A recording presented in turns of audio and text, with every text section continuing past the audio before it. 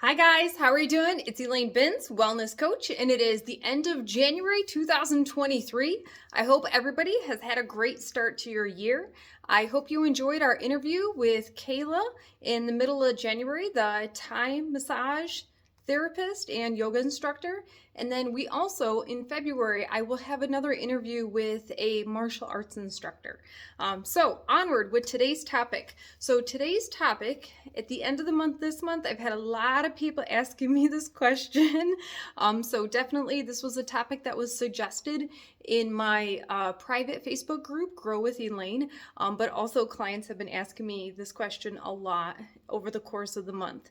And it's, how do you eat well on the go? Let's get real. Everybody is on the go. You don't have to be working full time and a parent and have your kids involved in activities to always be on the go.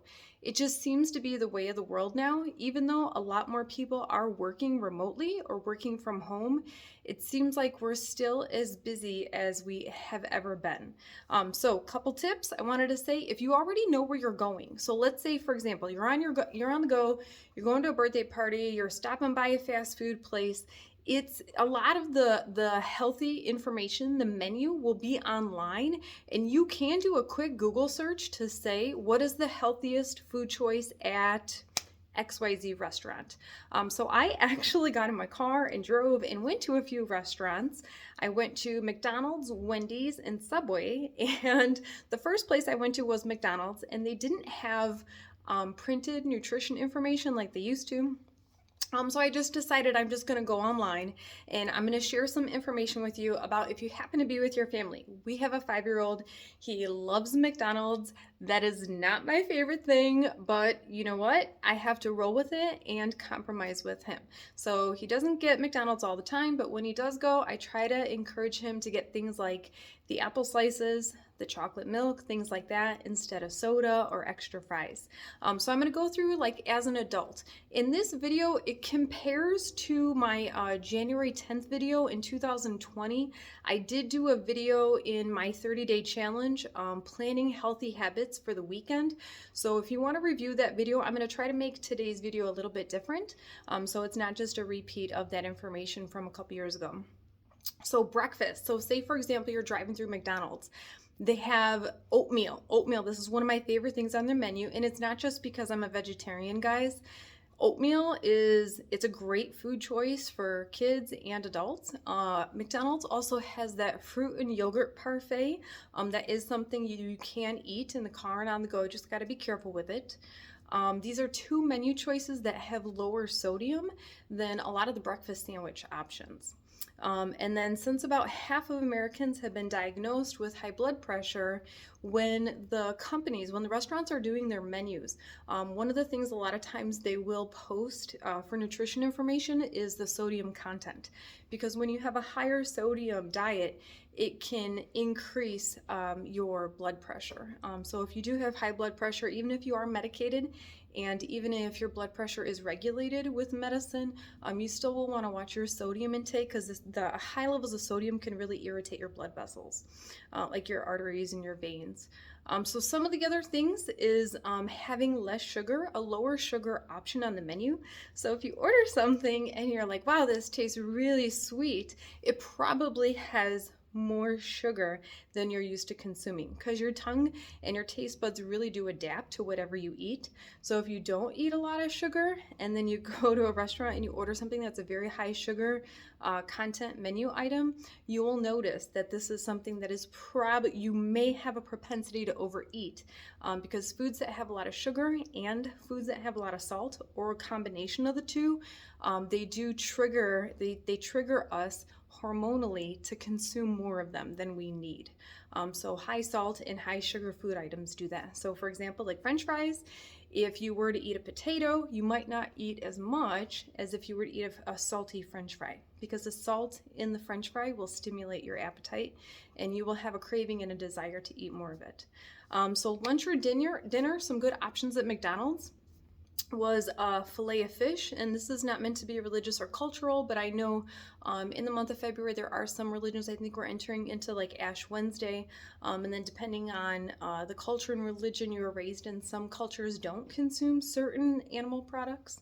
But the filet of fish is lower in calories, the plain hamburger and the plain cheeseburger, and then the dinner salad with the protein and the cheese. So I personally have ordered the dinner salad and I really liked it. I just took off the meat, but that was satisfying and it was fresh.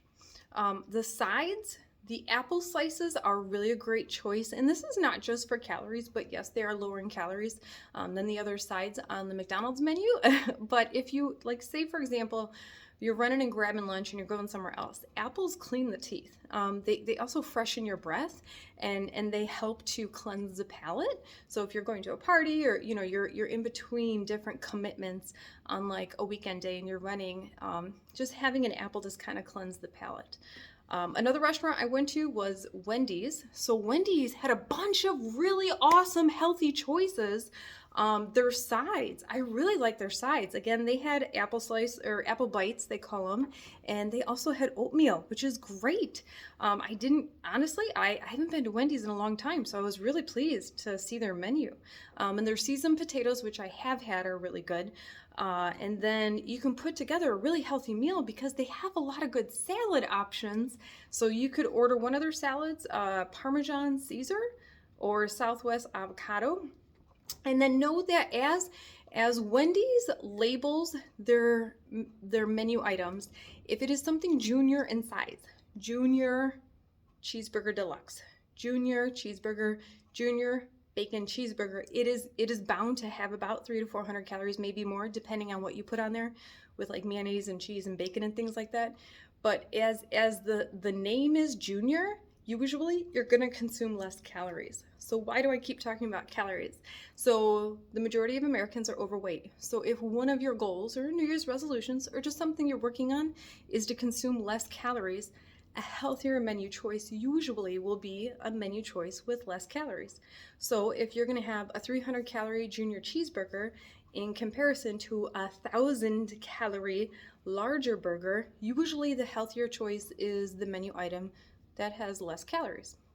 Another restaurant I went to was Subway. Subway, you guys know, some of you might know, I used to work at Subway in college, and they have a lot of really good choices. I know marketing wise, Subway has been hit with some bad reports, but in general, if you're going to a place that has fresh vegetables and some of their menu items, they have soup. A lot of them have a soup, and you can get, like, for kids, our son likes their cheese pizza if the place has pizza, and a lot of Subway restaurants do have breakfast options.